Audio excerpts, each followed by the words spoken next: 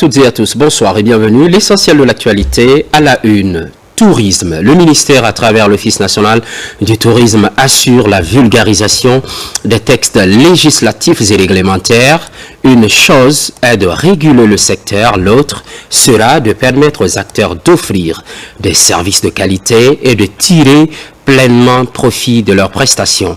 Ousmane Ba, Mamadou Djoumaba. Le tourisme, un véritable levier de croissance économique.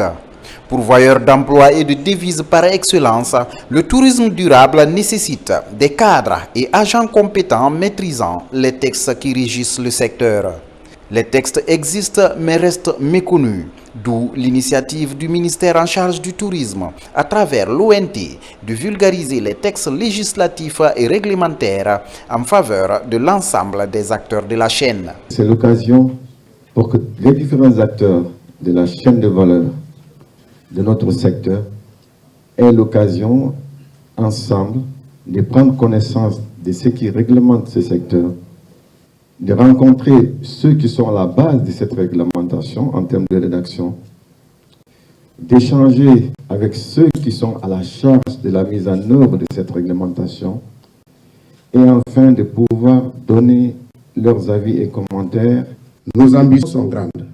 Nous comptons engager prochainement, dans le cadre de la facilitation, une grande campagne de sensibilisation aux fêtes touristiques qui va viser une cible plus large, touchant la population, les corps habillés, les autorités locales, les transporteurs et les décideurs politiques. Hôteliers, restaurateurs, agences de voyage, structures fêtières, forces de défense et de sécurité ont tous répondu présents. La maîtrise des outils permettra aux acteurs de travailler dans le respect des règles de l'art. Avec le soutien de notre ministère de tutelle, nous avons élaboré un programme ambitieux qui inclut la vulgarisation des textes sur l'ensemble du territoire national. Les travaux qui débutent ici aujourd'hui ne s'arrêtent pas à Conakry, mais ils vont se poursuivre dans plusieurs régions, notamment Zérékoré, Kindia, Kankan, Sigiring, Koya et Dubreka. Les textes restent normatifs et dynamiques. Leur méconnaissance demeure une tare à corriger, puis fédérer les idées et les énergies afin de faire du tourisme l'affaire de tous. Direction Farana pour parler des innovations qui touchent l'agriculture familiale. Il s'agit de la résilience des ménages, une session de réflexion à mobiliser les acteurs impliqués. Moumousso Diakité, Ibrahima Oulenfofana. À Farana, le projet agriculture familiale, résilience et marché agri-farm est en session. C'est un projet qui a pour objectif global de contribuer à améliorer de manière durable la sécurité alimentaire et la situation nutritionnelle et les capacités de résilience aux crises des ménages ruraux des régions de Haute et Moyenne Guinée.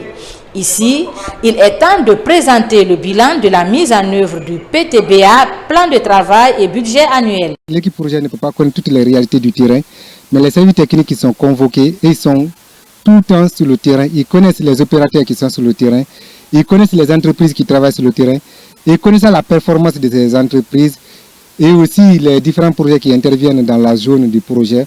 Ils peuvent nous aider non seulement à identifier les doublons dans la planification des activités, mais aussi à proposer des stratégies ou des méthodes qui pourront nous permettre à être efficaces sur le terrain pour atteindre l'objectif du projet. Nous sommes en train vraiment de réaliser les activités à merveille.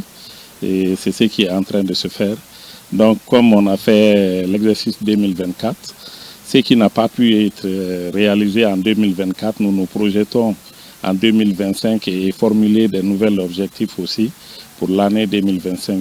Les participants apprécient l'état de la mise en œuvre des recommandations de la réunion tenue le 17 août 2024 à Kankan.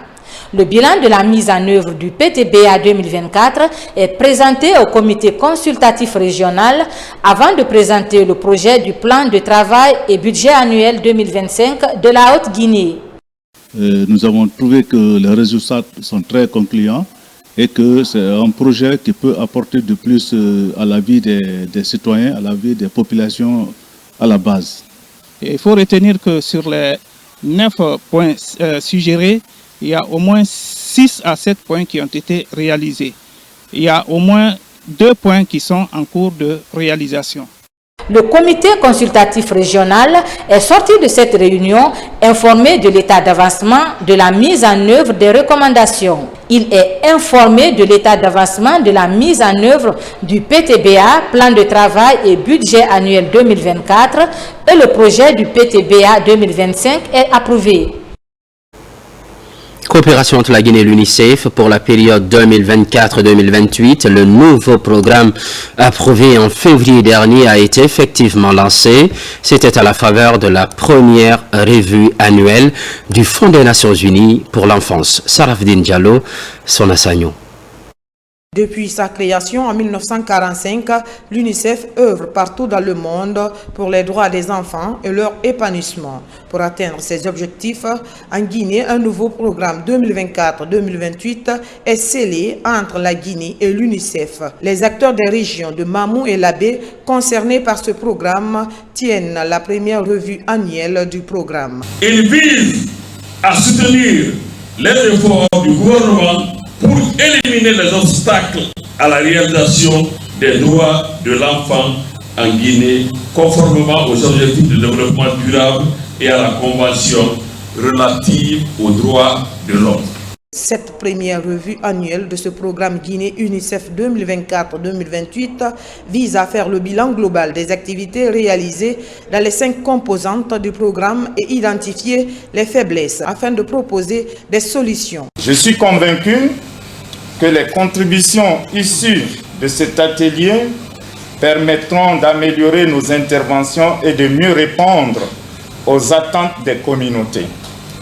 Ensemble, avec détermination et cohérence, nous pourrons transformer les ambitions en réalisation et donner à chaque enfant la possibilité de vivre, d'apprendre et de s'épanouir dans un environnement sain et protecteur. La réunion a permis d'évaluer et d'apporter des ajustements aux différentes composantes du programme. Elle vise également à préparer les plans de travail pour 2025 et 2026 en faveur du bien-être des enfants.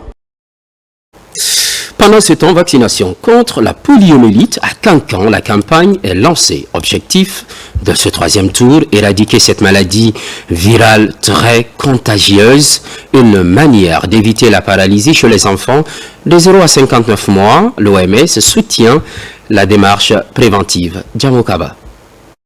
Kankan, dernière région à recevoir le 3e tour de la campagne nationale de vaccination contre la poliomyélite. La maison commune des jeunes est l'endroit choisi pour toucher les consciences. Ces vaccins recommandés sont impératifs pour les tout-petits. C'est un moyen de prévention indispensable contre la poliomyélite. La poliomyélite reste une menace pour nos communautés. Bien que les progrès remarquables ont été réalisés dans l'éradication de cette maladie, notre vigilance ne doit pas faillir. Chaque enfant vacciné est une vie protégée. Ensemble, travaillons pour atteindre les objectifs fixés par l'Initiative mondiale pour l'éradication de la poliomyélite et relevons les défis identifiés. Ce 3e passage de la campagne nationale de vaccination contre la poliomyélite est une lueur d'espoir pour nos communautés et pour la santé de nos enfants de moins de 5 ans. Ce problème de santé publique mobilise l'Organisation mondiale de la santé et autorités du département de tutelle pour afficher les nouvelles recommandations internationales afin d'aider le personnel soignant à protéger les enfants. La Guinée est parvenue cette année à signer l'initiative pour l'indépendance vaccinale. Cette initiative garantit à notre pays l'acquisition de vaccins en quantité suffisante, de vaccins de qualité et à moindre coût. La propagation mondiale de la poliomyélite nous rappelle que tant que toutes les formes de poliovirus n'auront pas disparu, les enfants du monde entier seront en danger. Dans les situations d'épidémie de poliomyélite, en appliquant les recommandations de l'OMS, nous pouvons inverser cette tendance. La vaccination, principale solution pour éradiquer la poliomyélite. La synergie d'action est l'un des engagements souhaités pour optimiser le taux de couverture vaccinale visé sur l'ensemble des 38 districts sanitaires de la région administrative de Kankan. Après 2 semaines de compétition, Massanta est sacré champion du tournoi de football général Mamadi Doumbouya. Opposé en finale à l'équipe de Worodu Sokura, les aigles verts de Ziama se sont imposés sur le score de 3-0. Images et témoignages de l'équipe Bazian Zerekore. Au stade municipal Goïkoya de la commune urbaine de Zerekore, les équipes de Massanta et de Worodu Sokura s'affrontent au compte de la finale du tournoi doté du trophée général Mamadi Doumbouya. Moment de retrouvailles et de communion, l'occasion est saisie par le représentant du chef de l'État pour exhorter les populations de la Guinée forestière à s'approprier le contenu de l'avant-projet de la nouvelle constitution avant son adoption. C'est de dire, de donner leur point de vue par rapport au projet de nouvelle constitution, parce qu'une fois adoptée, la nouvelle constitution va s'imposer à tous. C'est le bon moment, puisque le CNT déjà nous offre des opportunités d'apporter des amendements, des corrections et des suggestions. C'est le bon moment pour la population d'intégrer et d'adhérer à cette idée pour donner leur point de vue par rapport à la nouvelle constitution. Au terme d'une opposition tendue, l'équipe de Massanta a eu raison de celle de Worodu Sokura. En s'imposant sur le score de 3-0, les aigles verts de Ziama s'adjugent le trophée général Mamadi Doumbouya pour la paix. Félicitations à l'équipe Massanta.